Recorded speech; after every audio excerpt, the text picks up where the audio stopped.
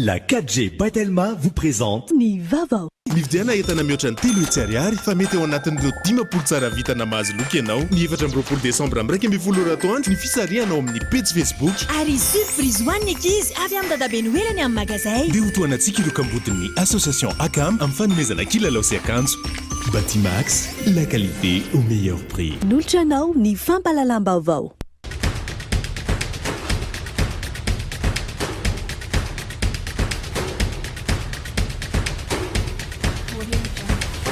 Nolotra anao ny fampalalam-baovao. Tout au long de notre vie, rire nous rend plus forts. La vache qui rit manolotra ho anao ny vaovao. La vache qui rit, parce que c'est meilleur de rire.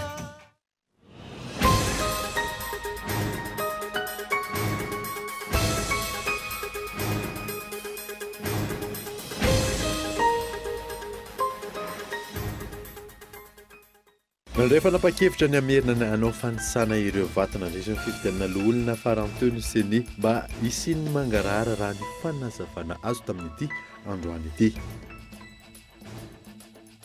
Jolamy isa folona nafika kanandoro trano sy ny tifitr'olona tao amin'ny fokotany analamiantona distrikan'ny faratsiony izy malasa teo. Vokatra iray olona valo no may tao an-tranony ary olona ray no voatifitra. Valifatiny antony famonoana.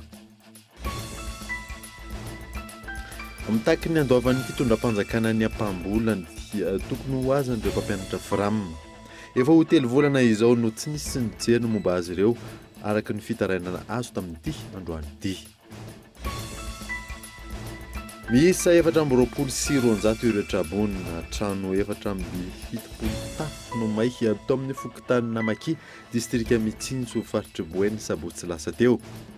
Tapaka taorina fivoriana fa apetraka amin'ny efitrano fanaovana fetin'ny orinasa iray ao an-toerana ireo trabona. Eo amin'ny maresaka iraisam-pirenena firenena maro manerana n'izao tontolo izao ankehitriny nofoanana ny sidina izay miazo an'ny Royaume-Uni. Anton'izany ny fisian'ny aretina vaovao azo avy amin'ny coronavirus ao an-toerana. Ny adidirindreo avatra.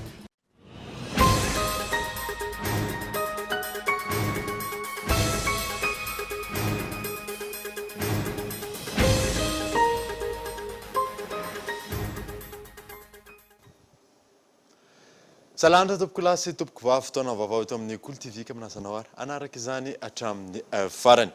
Tontolon'ny fifidianana avy hatrany no hanomboantsika ny vaovao nandray fanapa-kevitra ny amerina anao fanisana ireo vato nandritra ny fifidianana loholona faranteo ny seni mba isin'ny mangarara raha ny fanazavana azo tamin'ity androany ity. Henri Flore. Taorin'ny fikirakirana ny voka-pifidianana no tanterahany SRMV na ny section du recensement matériel des votes manerina ireo birao fandatsaham-bato eraky Madagasikara nandritra iny fifidianana loholony Madagasikara ny fa 20 Desambra lasa teo iny efa eny ampilatanany seni avokoa ireo voka-pifidianana mba irosony ireo mpikambana amin'ny fanisana sy fanamarinana ireo tarehin-kevitra rehetra mirakitra ny voka-pifidianana. Nandray ny fanapahan-kevitra ny amerina hanisa indray ireo voka-pifidianana teo anivon'ny seni raha ny nambarany mpampakateny ny Tivomera ity mba hafahana miroso amin'ny mangarahara kokoa mahakasika ny voka-pifidianana mialohany amoana ny vokatra vonjy maika. Ny seni dia nanapa-kevitra ihany koa tao anatin'izay rehetrarehetra izay satria 420 no isan'ireo birao fandatsaham-bato manerana ny Madagasikara. Raha ampitahintsika zany amin'ireo le birao fandatsaham-bato izay nisokatra tamin'ireo le fifidianana izay nandraisan'ny daholobe anjara dia ataontsika hoe somary vitsivitsy ihany.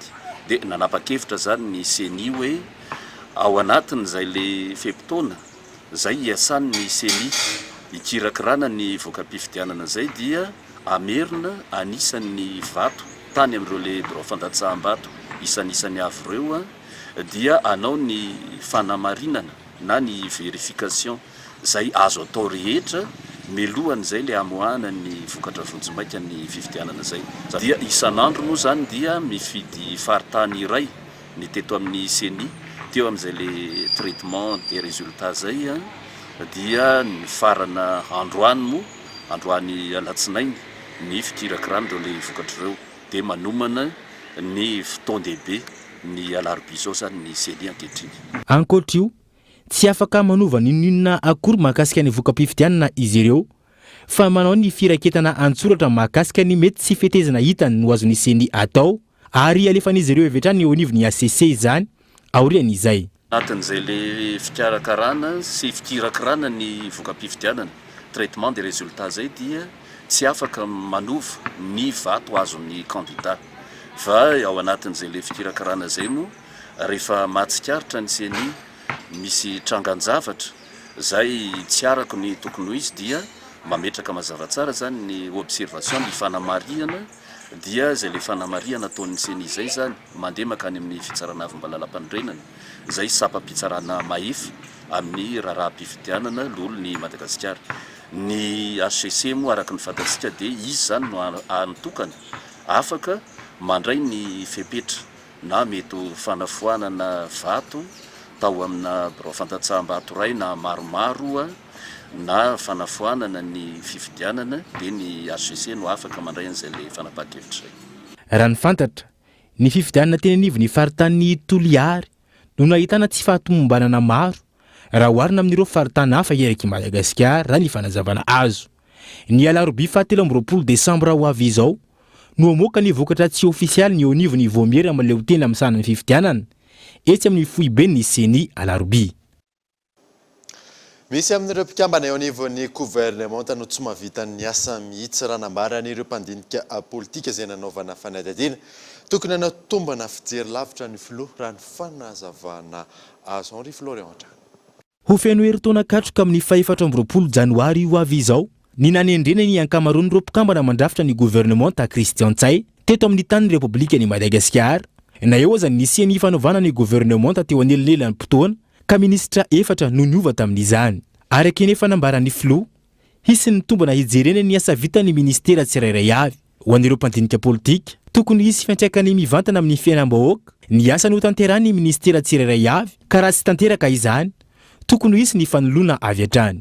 Tokony jerena kaiky ny hoe mietraika amin'ny vatana amin'ny vahoaka ve ny politika nataon'ny gouvernement misitraka amin'ny vantana ny politika ny ministra tsirairay avy ny ministera ve ny vahoaka ka amiko rehefa tsy mahafeno an'izay fepetra zay dia teknisianina ambony latabatra fotsiny ihany fa tsy olona tena miaina sy misehatra amin'ny fiainam-bahoaka satria tadio fa ny filoham-pirenenany dia hitondra fampandrosoana tsy ho an'ny ministra tsy ho an'ny ministera fa mipaika amin'ny vatana ny vahoaka ka rehefa tsy mahafeno zany fepetra zany dia anatahana ny filoham-pirenena andinika manokana mahakasika azy ireo mitomboka hatrany amin'ny prime ministre zany ka hatramin'ireo gouvernement isa tokony avy. Raha ataony jeritodika vitsivitsy lafin-javatra maro samihafa no nahenona fitarain'ny lavareny teto amintsika raha ny fanazavana trany ka ireny no tokony hijerena vahaolana matipaika. Ny azy zany ny anaovako antsoavo amin'ny filoham-pirenena dia nijereny manokana amin'io rano jiro amin'io kere verimberina lava io amin'ny tsy fandripahalemana ary indrindra ihany koa amin'ilay resaka sosialim-bahoaka satria tena miandrandra ny gouvernement hanatanteraka an'izany vina ny fanarahana sy velirano nataon'ny filoham-pirenena zany ny vahoaka amin'izao ka tsy asiana indra foa fa rehefa tsy mahatanteraka dia be ny olona afaka manao ny adidiny amin'ny firenena sy mampisitraka ny vahoaka mitraika fananana. Ny fanovana ny gouvernement ho avy izao araka izany no hitsaran'ny vahoaka ireo mpikambana mandrafitra ny gouvernement manolona ny asa vitany nandritra ny fotoana na ministra azy andrasana araka izany ny toy ny raharaha. Lafy mavaoafa kosa indray dia mitoy eto Antananarivo rehefa tsy voalamina tany Nosbe ny raharaha fanageazana fiara iray izay nataon'ny polisy BC3 manahy mafy ny fisinina raha ambadika ny misody vavan'ilay tompon'ny fiara antony PV tsy ara-dalàna nakanan'ilay fiara tany Nosbe raha ny fanazavana azo gaeton Andriatsilava. Fifanolanana amina olona roa ny atomboan'ny raharaha ka fisolokiana fanaovana osoka ary fampiasana osoka no itorian'ilay voalohany ilay faharoa. Isan'ny nampitarainan'ny mpisolo vava ilay notoriana amin'izao fotoana ny tsy fanaran-dalàna nataon'ny polisy naka ny fiara tany Nosbe. Dia nomeny zareo anty procès verbal aty zay anananay tompoko original aty ny signature zareo inspecteur tany sy brigadier tany le izy nomeny zareo ty procès verbal ty tsisy en tête tsisy numéro dia ao anatin'le izy aminteny zareo fa monsieur Rakajila Christophe zany hoe le client zay détenteur automobile honya nanaiky anao ny saisie tsisy signature amin'le olona tanaovana an'le saisie aran'le PV tsisy na de kely ary dia gaga fotsiny zay en plus ce qui est pire nataony zareo antidaté le izy zany hoe nataony zareo forcé tamin'ny dimanche 5 ihany ny daty anatin'le izy nefa tamin'izay nandehananao sommation interpellative mbola tsisy PV vita na de kely ary zay zany a zavatra mikasika an'io PV forcé latsotro zao fotsiny a hoe nasina n'le PV ary raha tsisy an'ity zavatra ty a dia tsy fantatra hoe inona marina zavatra ny trano araka izany manay mafy ny ambadika ity raharaha ity ny mpisolo vava raha tsy hivina orinasany Tomasina ny tompon'ny fiara tany am-boalohany rehefa namidy nandalo tamina olona roa izay samy tsy nanoratra ny fiara tamin'ny anarany tsy nisy mutation araka ny fanazavana olona iray hafa no nividy taty aoriana ka ity nividy farany no misoratra amin'ilay fiara izay tsy misy hidirany amin'ny fanolanan'ireo olona roa nividy teo aloha ireo raha ny fanazavana ary forcena tsotro zao fotsiny le détenteur an'le tômobile hoe ho mpisoloky nefa tsisy fankatsisy fifandraisana mihitsy monsieur Rakajila Christophe sy le mpitory tsisy tiana ho forcena tsotro zao fotsiny hoe deferena aingana le izy deferena aingana le izy satria te hicamoufler ny irrégularité na procédure rehetrarehetra zay natao zareo tany efa ho herinandro zay no nahatongavan'ny fiara eto Antananarivo tsy mbola tonga eny anivon'ny fitsarana ny toy ny raharaha araka ny loharanom-baovao voaray farany totosa androany fifanaraha-piara-miasa teo amin'ny ministeran'ny tontolo iainana sy ny faritra Analamanga amin'ny fametrahana ny vitrine présidentielle momba ny zanak'hazo ampanindrina ao amin'ny Analamanga parc Anelarana efso Izay faingo 7 tapitrisa hektara ny velaran-tany eto amin'ny faritany Analamanga saingy 900 ihany no voarakotra ala raha ny fahazavan'ny ministry ny tontolo iainana androany nandritra ny fifanaovan-tsony teo amin'ny ministera izay tarihany sy ny faritany Analamanga mahakasika ny fametrahana ilay vitrine présidentielle momba ny zanak'hazo aingam-paniry indrindra ny Polonia ao amin'ny Analamanga park. Ny tanjon'ny roto tany ministera sy ny faritra Analamanga dia mba hotokanantsika amin'ny volana May 2024 zany izany vitrine izany. Ny zava-dehibe ao anatiny dia ahitantsika ireo dingana rehetra fahita amin'ny resaka fikirakirana ny hazo zany hoe ho hitantsika ao zany ny karazana laboratoire izay azo anatsarana izany zanak'hazo maniry aingana izany misy ihany koa ny fambolena izany zany hoe tany zanak'hazo ary misy ireo karazana vokatra azo amin'ny alalan'ny fampiasana na ny transformation an'ireo hazo ireo ny tanjontsika ary zava-dehibe amin'ny filoham-pirenena mantsy dia ny ampiseho ihany koa fa ny atao hoe ala dia tsy eo amin'ny resaka fiarovana ihany mahasarobidy azy fa eo amin'ny resaka seha-piariana zany hoe afaka mitondra asa ho an'ny mponina fantatsika ihany koa fa Madagasikara dia manana fahaiza-manao ahafantaran'izao tontolo izao antsika amin'ny fampiasana hazo ireo karazan-kazo ireo dia tena irariana mihitsy no ampiasaintsika eto Madagasikara. Isan'ny paikady ho apetraka amin'ny famerenana ho nosy maitso any Madagasikara ny fambolena ireo zanak'hazo aingam-paniry. Antony nametrahana ilay vitrine présidentielle momba ny zanak'hazo aingam-paniry indrindra ny Polonia ao amin'ny Analamanga park. Mbola maro hoy ny ministry ny tontolo iainana ny ezaka izay mbola ho atao mba hanatratrarana ny tanjona. Jiolahy miisa 10 no nanafika ka nandory trano sy ny tifotr'olona tao amin'ny fokotany Analamianto na distrikany Faratsio ny zoma lasa teo vokadray olona valo mianaka no mahita ao an-tranony ary iray maty voatifitra valifaty no antony famonoana ka atao Andriatsilavo. Tao Akidondrano amin'ny fokotany Analamianto na commune na Ambohiborina Ambatofotsy distrika Faratsio no nitranga ny famonoana olona misy sasivy ny valo ny dorana tao an-tranony ny ray hafa kosa saika hanavitra maty voatifitra. Reo olona izay niarambona zany dia misy ray aman-dreny lehibe niteraka mbola velona ray aman-dreny reo maty reo zany mbola velona mihitsy izy mivady hitan'ny masoko tao mihitsy zany dia le olona maty reo zany prala koa zany le maty ny anankiray mananjanaka 7 fa ny zanany 9 maty tao daholo zany fa ny zanany ray ihany sisa velona ny valo zany maty ny dorana ny ray zany maty ny tifirina dia mariana zany fa tsy nitondra nininy reo na hoe nanangalatra ny biby fiompy na nangalatra ny fananana tao an-trano fa ny tonga amono fotsiny zay no atongavan'ireo. Valy faty ary olona mifanila tanàna amin'ireo niaram-boina no nanafika raha ny loharanom-baovao azo. Jiolahy misy 10 no nanafika raha ny fanazavany ireo fianakaviana ary efa nisazy 5 taona an-tranomaizina no ny fanafianana nataony ny 9 janoary 2024 ny roa tamin'izy ireo. Dia nagaga zany ireo nahasazy 5 taona miatra tonga nanafika tao koa zany raha ny filaza fianakaviana ary misy hatramin'ny 10 tany zareo zany.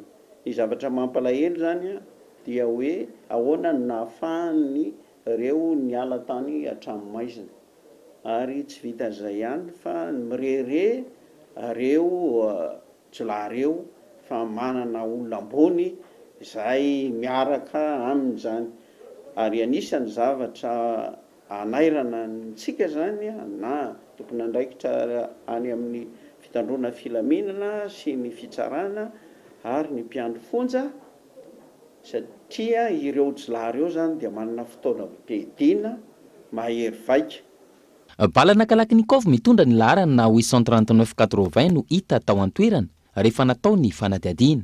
Olona maromaro no nisamborina natao fanadiadiana ary isan'izany ny ray aman-dreny ireo nanafika. Araka izany, manao antsoavy ny solombavambahoaka voafidy tao an-toerana anome vaovao raha misy mahita ireo olona nahavanina ny loza.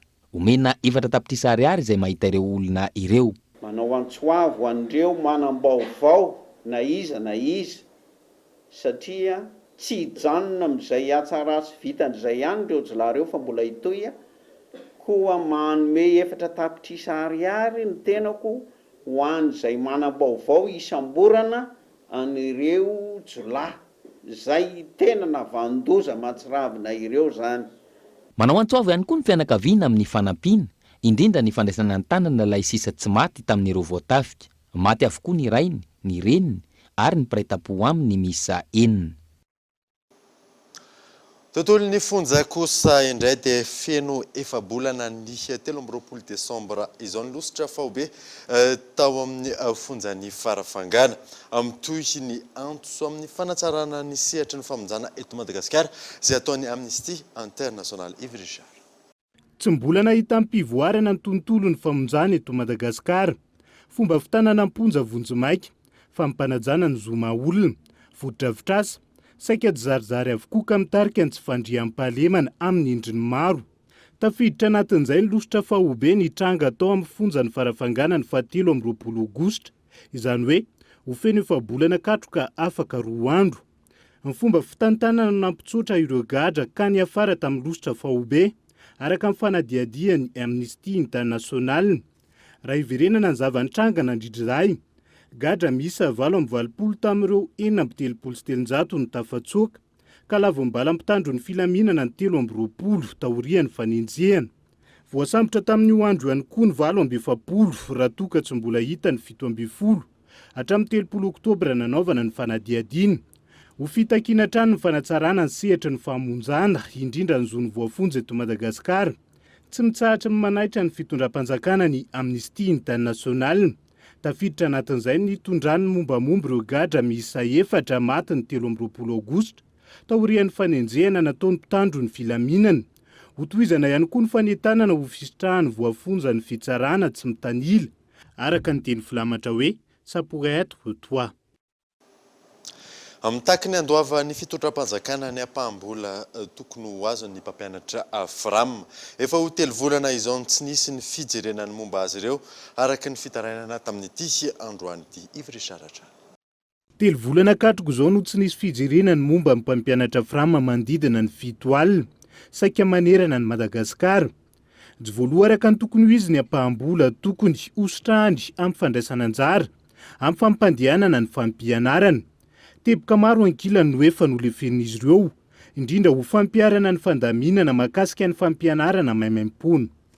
Nampanao ny fanadina-panjakana, izahay koa nanaiky ny fandaminana mikasika ny 0 ariary, na dia somary nanahirana teo amin'ny sehatra ny mpampianatra izay. Hetsendianiny koa nanaiky izahay mikasika ny fandraisana amin'ny mpianatra rehetra, izay na dia mihoatra amin'ny effectif efa mahazatra nataonay. Ka noho izany mba manao antsoavo amin'ny filohan'ny repoblika ny mpampianatra rehetra manerana Madagasikara, indrindra fa mpampianatra frama sahirana amin'ity resaka tsy misy karama ity. Ekena fa tena miezaka ny fanjakana fa mba mangataka zay amin'ity fety ity kosa mba tokony mba atao alohan'ny fety satria olombelona otr'olombelona rehetra ny mpampianatra frama. Androany no niara-ny ombom-peo nitondra ny fitarainany indrindra ho an'ny filohan'ny repoblika ny solotena ny mpampianatra frama. Na isany adidy masina atao amin'ny zaza malagasy aza ny fampianarana ho izy ireo. Mafy ny asa ka tokony isy fitsonjovana manokana.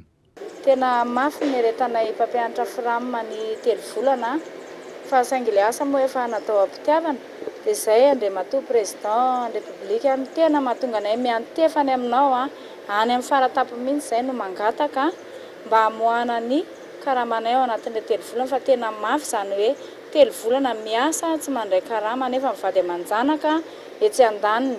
Ny asa fampianarana koa nefa ny asa tena mafy indrindra tambonin'ny tany dia mangataka amin'ny famindraponao mihitsy izay andre matoa président tena efa niady sy ny tolona izay nanohana anao dia mbola manohana anao hatramin'ny farany fa mba mangataka izay mba hanao fety re izay monsieur le président.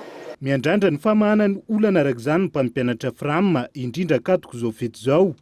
Ankoatra ny vahaolana voezaka, takiana hatrany ny fanazavana ny anohizan'ny fitondram-panjakana ny fandraisana azy ireo ho mpiasam-panjakana araka amin'ny fampanantenaina nataon'ny filohan'ny repoblika hatrizay. Tonga eto amin'ny fotoana ny dogavarotra isika aorianan'izay ataontsika mahakasika ireo fipetra ara-pahasalamana izay tsy voahaja intsony amin'izao fotoana izao. Eo ihany koa momba ny rivo-doza amin'ny ranomasimbe andehanana rehefa avy eo ary.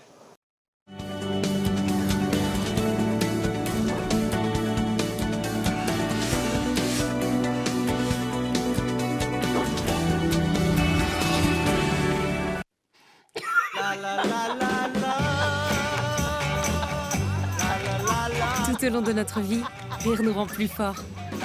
Ce que nous mangeons devrait en faire autant.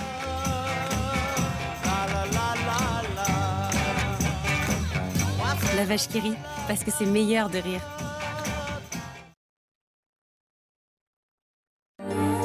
Chocolat Tsar.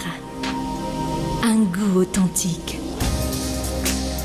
Un éventail de saveurs. Tsar.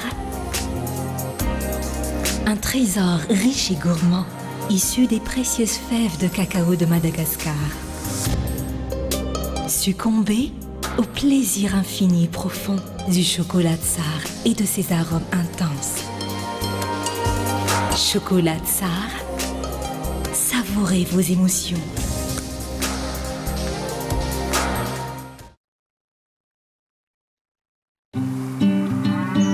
Ahitra maitso, tany manan-karena,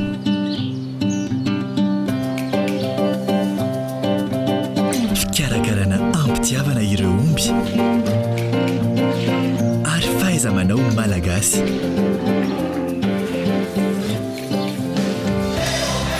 Ireo ihany no ilain'ny sokolet mba hanomezana anao ny tsara indrindra. Vita avy amin'ny ronono velona, tsara sy matsiro avy eo Antsirabe. Chocolat, ny tsiro tena izy.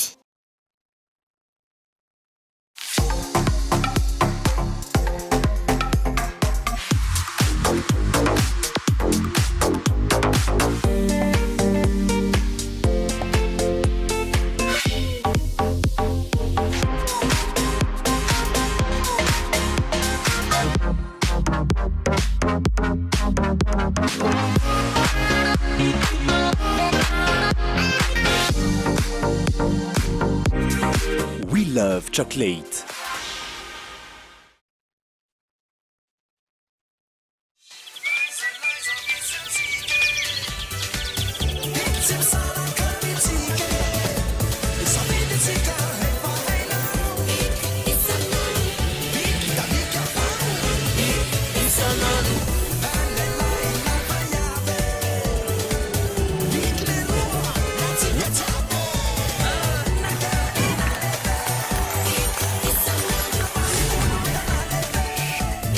Isanandro.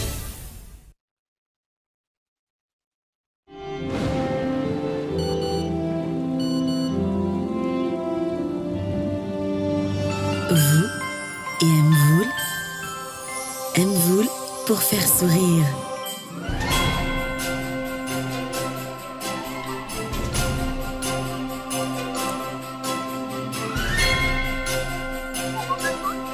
Sourire pour faire plaisir.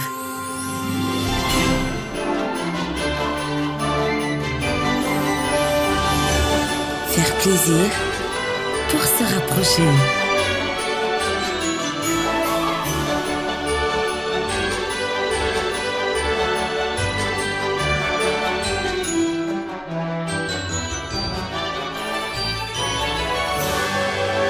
Se rapprocher et prendre soin des autres. Mvoul, plus que du transfert d'argent. Mvoul partage du bonheur. Très belle fête avec Mvoul. Mvoul, simple, immédiat, sécurisé.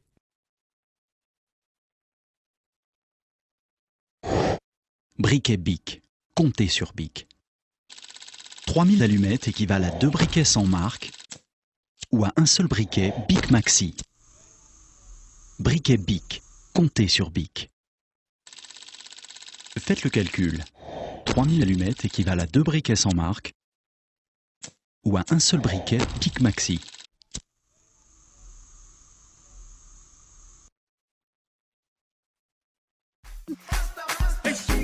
Kandi Madagascar, tranombarotra lehibe indrindra eto Madagasikara mivarotra ny fitaovan-dakozia rehetra mitondra marika lehibe toy ny LG, Mairos, Nokia, Philips, Hardy, Black & Decker sy maro hafa koa. Tsy izay ihany fa misy koa ny fanaka maro samihafa afaka hisafidiananao, tsara kalitao ary mitondra marika lehibe ihany koa toy ny Kuka, Sokoa. Tonga vary manjifa ny entana ato amin'ny Kandi Madagasikara ety Andraharo akaiky ny Mada Auto.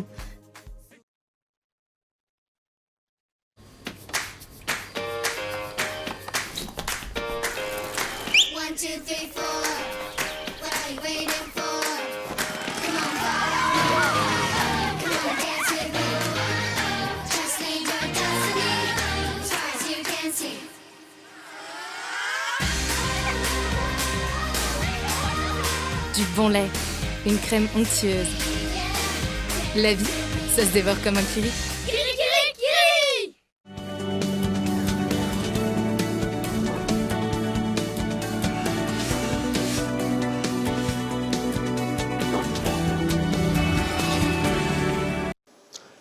Miditra amin'ny tapany faharoany vaovao isika. Efa tsy voahaja intsony ireo fepetra ara-pahasalamana napetraka raha ny hita eny amin'ny fiarahamonina amin'izao fotoana izao indrindra ny arotava. Raha ny antontanisa izay navoaka ny CCO Covid-19 kosa indray ny alahady teo dia miisa 470 ireo olona vao marina fa mitondra ny valinaretina tao anatin'ny herinandro. Olona iray kosa no namony an'ny alarana efizao. Araky ny antontanisa navoaka ny CCO ny alahady lasa teo, miisa 470 ireo olona voamarina fa mitondra ny valanaretina Covid-19 tao anatin'ny herinandro. Olona iray kosa no lavon'ny valanaretina. Nateo aza ny fianan'ny antontanisa, miankina ny fanajany tsirairay ny fepetra ara-pahasalamana izay napetraka no tsy mamparitaka izany raha ny fanazavana ireo mponina nanaovana fanadihadiana androany. Na misy na tsisy ny corona dia ilaina foana ny arotava fa efa tsamizay tokony ampiasain'ny olona izany satria amin'ny tontolo iainana ny loto iainana sy ny rehetra. Etsaka aloha efa tsy manaja na any amin'ny vilona raha be dia efa tsy manaja.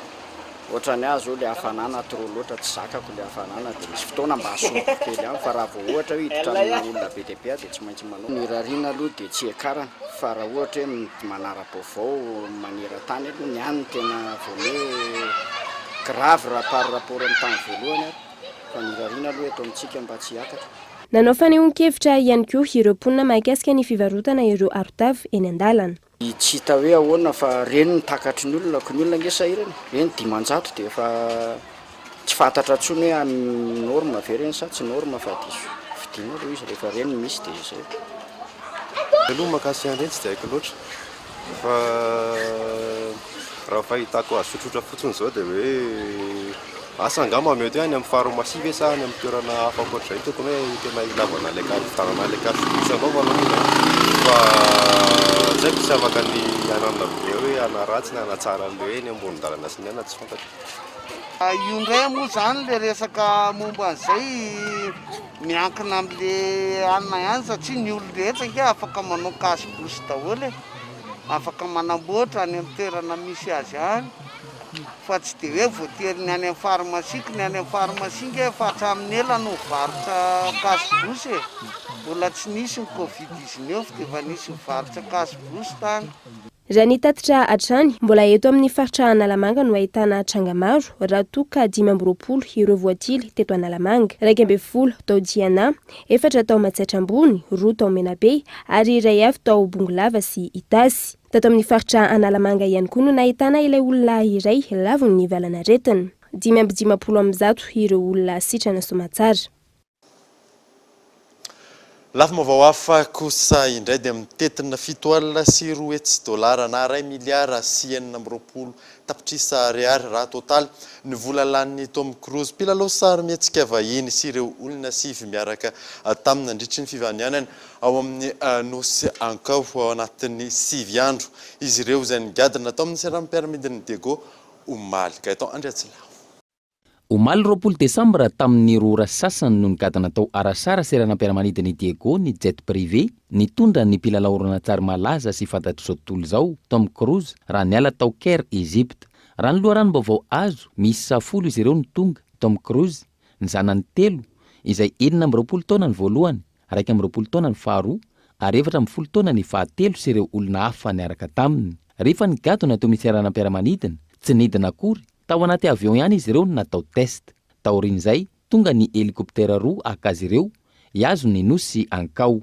Anao fialan-tsasatra ao amin'ny nosy Ankao ity mpilalao oronan-tsary ity ka ivahiny ao miavana miaraka amin'ireo olona 7 hafa mandritra ny 7 andro. Ny nosy Ankao izay ao amin'ny faritra avaratra atsinanan'i Madagasikara ary mivelatra amina tany 10 kilometatra tora-droa.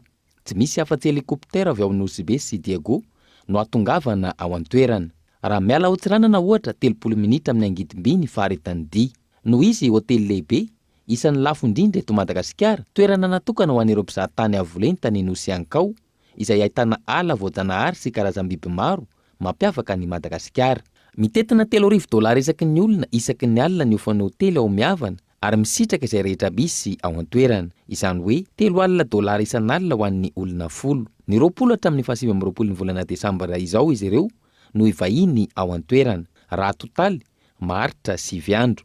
Raha ataony kajy mandritra ny 7 andro ho an'ny olona 10 manodidina ny $7 na 2 miliara sy 4 tapitrisa ariary ny vola olaniny ty mpilalao oronan-tsary ity sy ireo delegasiona miaraka aminy ireo. Isan'ny nafantarany maro an'i Tom Cruise teo amin'ny tontolon'ny oronan-tsary tsy hivina ny Top Gun sy ny Mission Impossible. Vita tanteraka kosa ny asa fanamboarana ny toby famatsiana rano lehibe ao amin'ny distrikana Avaradrano. Aman'ny olan'ny mponina amin'ny fahatapahan-drano lava reny izany rano fanazavana azo Henri Flore. Vita tanteraka ny foto-drafitr'asa famatsian-drano eny Ankadindratombo ao anatin'ny distrikany Avaradrano ho famahana ny olana misy teny an-toerana. Omaly no nitotosaina ny andrana mahakasika ireto toby vaovao ireto. Isitraka rano fisotro madio amin'izay ny mponina ao Alasora sy ny manodidina. Ankoatra ireo fokotany mbola misy ny fanoloana fantsona izay mandeha amin'izao fotoana izao. Tena sahirana ny mponina.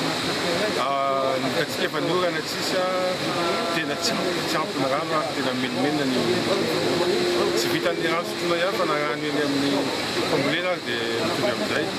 Efa napetraka ny bongolona tamin'ny toerana misy ny jirama fa mbola tsy mahavaolana amin'izao dia izao midiny fotony izao mijery ary hita amin'izao fa misy ezaka betabe eto amin'ny jirama.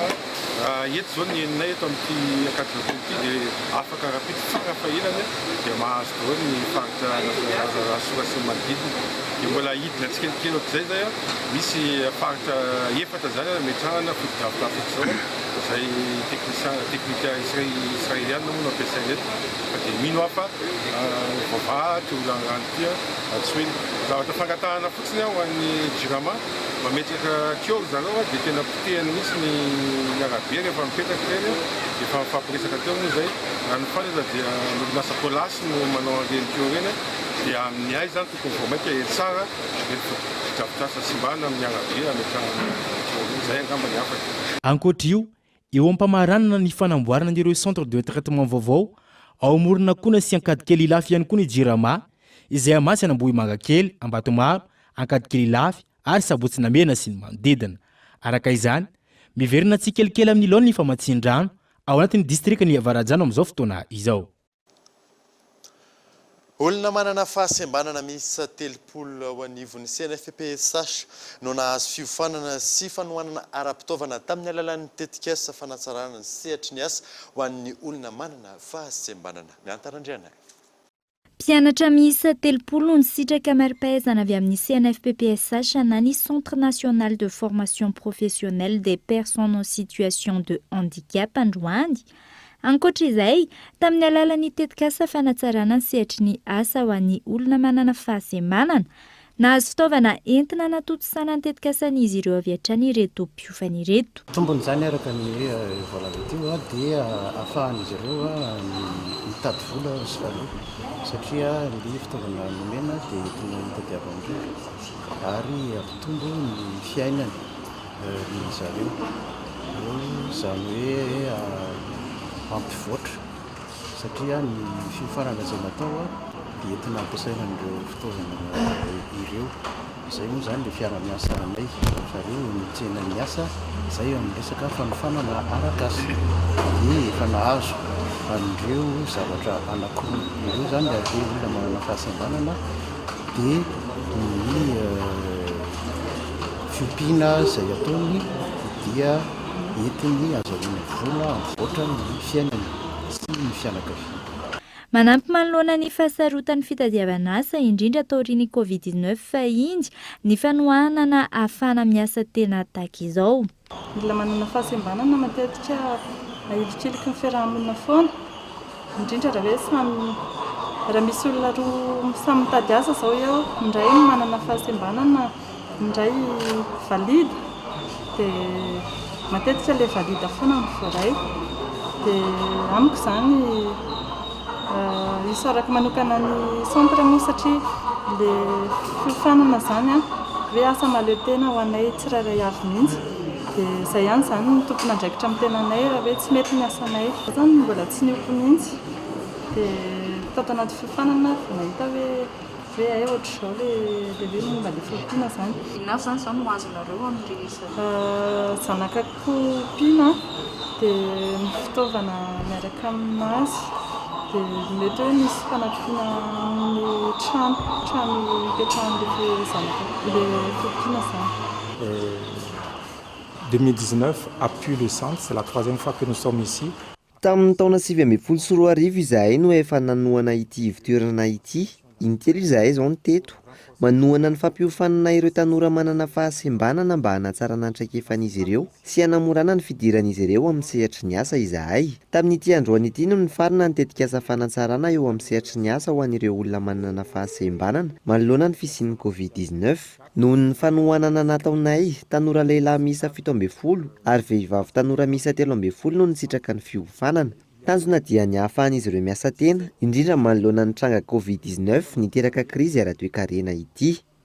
Après être affecté durement par la Covid-19. Tanjona iray ny fanazavana ny ampiroboroboana ny sehatry ny asa sy ho famporosiana ny fananganan'olona manana fahasembanana orinasa. Tafiditra amin'ny fankalazana ny fetin'ny Noely, nanolotra fanomezana ho an'ny mpiasan'ny Cool TV FM rehetra ny teo anivon'ny orinasa tamin'ity androany ity. Ny ara-pasady ho samy tratry ny fety avokoa ny tompona ndraikitra nandritra ny fizarana miantarandriana evo. Amin'izao fiafaran'ny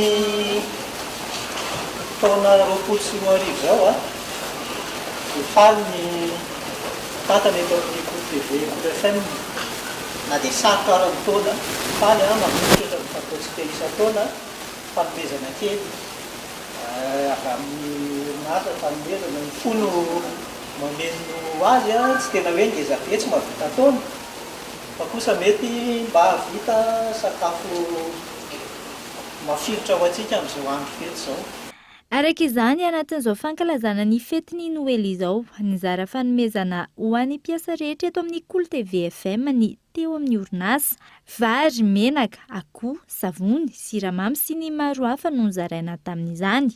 Misaotratsika rehetra mpiara-miasa izay nandalo ny taona roapolo arivo iny rahaina tsy mahafoa manana dia misy ara ny aretina nandoza teto amin'ny klinika mahafinaritra mitantsika toy izao hoe mbola salama sy tomady ary mbola voninkiasa fatsy mbola voninkiasa mbola volona no ny asantsika fanetretena samy tiavana indrindrindrindra izay dimy menada iarabanantsika sady anao fety sambatra anao krisimasy ampifaliana sy tsenany taona raiky amin'ny roapolo sy roa arivo ampitoliana sy ampifaliana ihany koa dia mirary antsika anao fety sambatra toazy tsampona. Anatsara trano ny vokatra, hanamafy ny fiara-miasa ary ampiroborobo ny orinasa izay no tanjona eto amin'ny Cool TV FM. Makasitraka makatelona irapoeratsaina amin'ny anaran'ny mpiasa Ray Manontolo ny tenanay eto.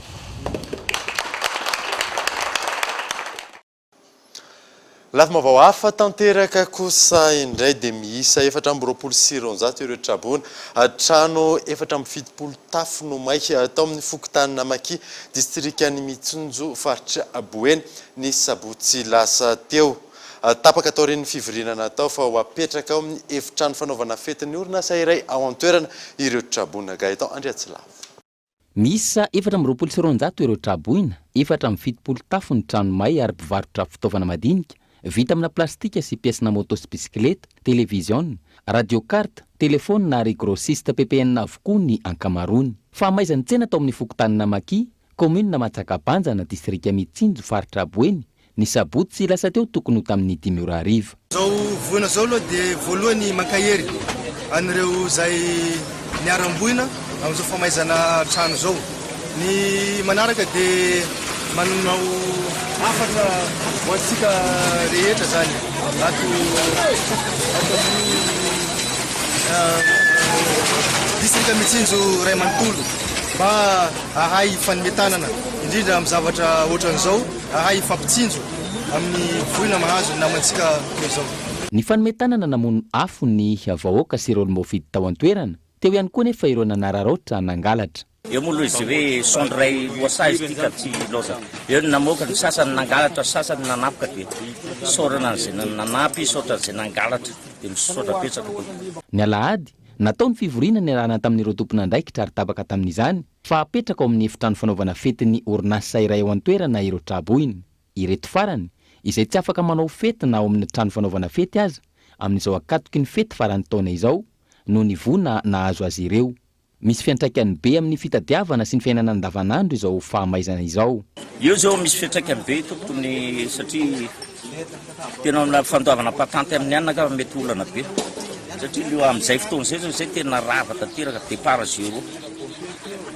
Ka eo anatry amin'ny député monsieur le maire sy any dia mangataka vonjy ray anina zay fa tena vobe zay tompony. Efa maro ny nanolotra ireo voatsirambin'ny tanany taorian'ny fahamaizana ka nanolotra vary, siramamy, lay sy ny maro hafa ho an'ireto traboina ireto. Ny alarobia izao no vinavinaina azo anarany iray rivodozan'ny forona ao anatin'ny ranomasimbe indianina hatreto tsy mbola misy fiantraikany amin'ny toetry ny andro eto Madagasikara izany. Michel Arnardo.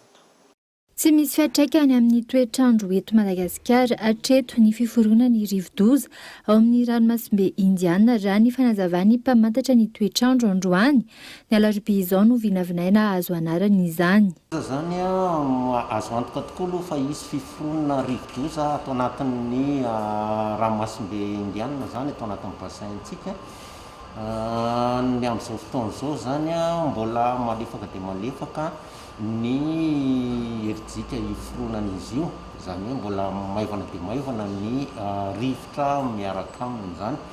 Izy lavitra be ny nositsika ary tsisy fiantraikany velively amin'ny toetry ny androntsika aloha amin'izao. Somary sarotsarotra aloha zany maminavinan'izay hoe rovina izy ny teny mivadika rivodoza fa raha tsy miova mihitsy ny tontolo manodidina azy dia mety any amin'ny larobia hariva na laka misy maraina any izy mety mahazo anarana. Dia rehefa mahazo anarana izy mora amin'izay ny anarahana azy dia ho hitantsika amin'izay ny tena zotra andehanana sy ny toerana izay mety ao aloha. Vokatry ny fisian'ny fiforonan'io rivo-doza io kosa dia ny faritra avaratry Madagasikara no azo rotsakorana betsaka rehefa mahakasika ny nositsika izany raha ny fanazavana trany. Ny ankapobeny aloha ny raha ny lalany no jerena sy tsy misy fiovana dia mahakasika atsika io rivo-doza io.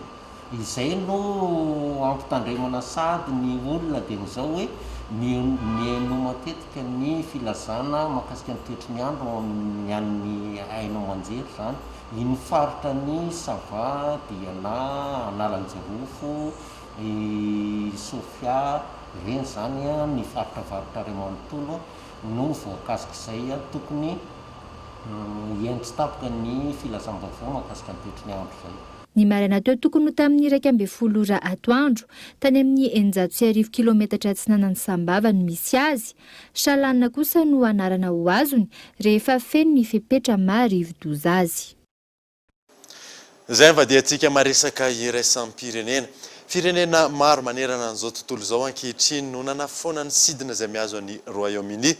Anton'izany fiparitany aretina vaovao azo amin'ny Covid-19 any an-toerana fanambadiana. Mikatso ankehitriny ny sehatra ny fitaterana ny Royaume-Uni vokatry ny fisiany aretina vaovao azo avy amin'ny Covid-19 any an-toerana. Mpisehatra amin'ny fitaterana maro ao Eropa no nandray ny fanapahan-kevitra ny ampiatony asa ny vokatra izany. Nanomboka omaly alina, fepetra noraisin'ny fitondram-panjakana Frantsay ny fanafoanana ny fandraisana ireo fivezivezena amin'ny alalan'ireo fitaterana an-tanety, an-dranomasina ary anabakabaka avy amin'ity firenena ity. Raha ny fampitam-baovao, raha mpitsoariva no iverina ny fahafahana mampiditra ireo fivezivezena ireo ao Frantsa, ao aoriany ny fanapahan-kevitra ho raisin'ny fitondram-panjakana any an-toerana androany. Dia izay mamarina vaovao tamin'ity androany ity. Angasiana ianao nanaraka izany soava tsara daholo tompoko.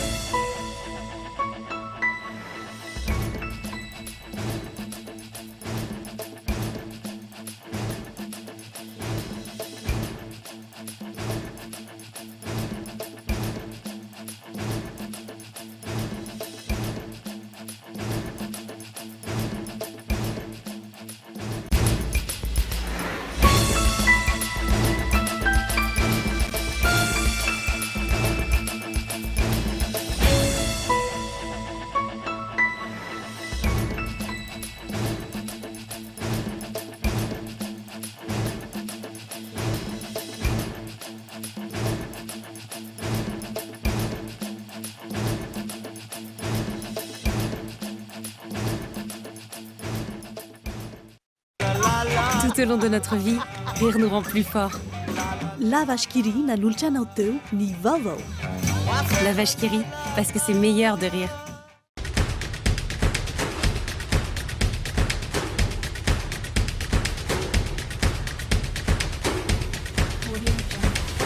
Nanolotra anao teo ny fampalalam-baovao. Ny vidiana entana mihoatra ny 3 hetsy ariary fa mety eo anatin'ireo 10 tsara vita namahazo loka ianao. Ny 24 desambra amin'ny 12 ora atoandro ny fisarianao amin'ny page Facebook. Ary surprise ho an'ny ankizy avy amin'ny dadabe noelany amin'ny magazay. Dia ho toanantsika ireo kambodin'ny association ACAM amin'ny fanomezana kilalao sy akanjo.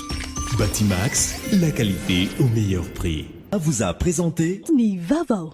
La 4G by Telma vous a présenté Ni Vavao.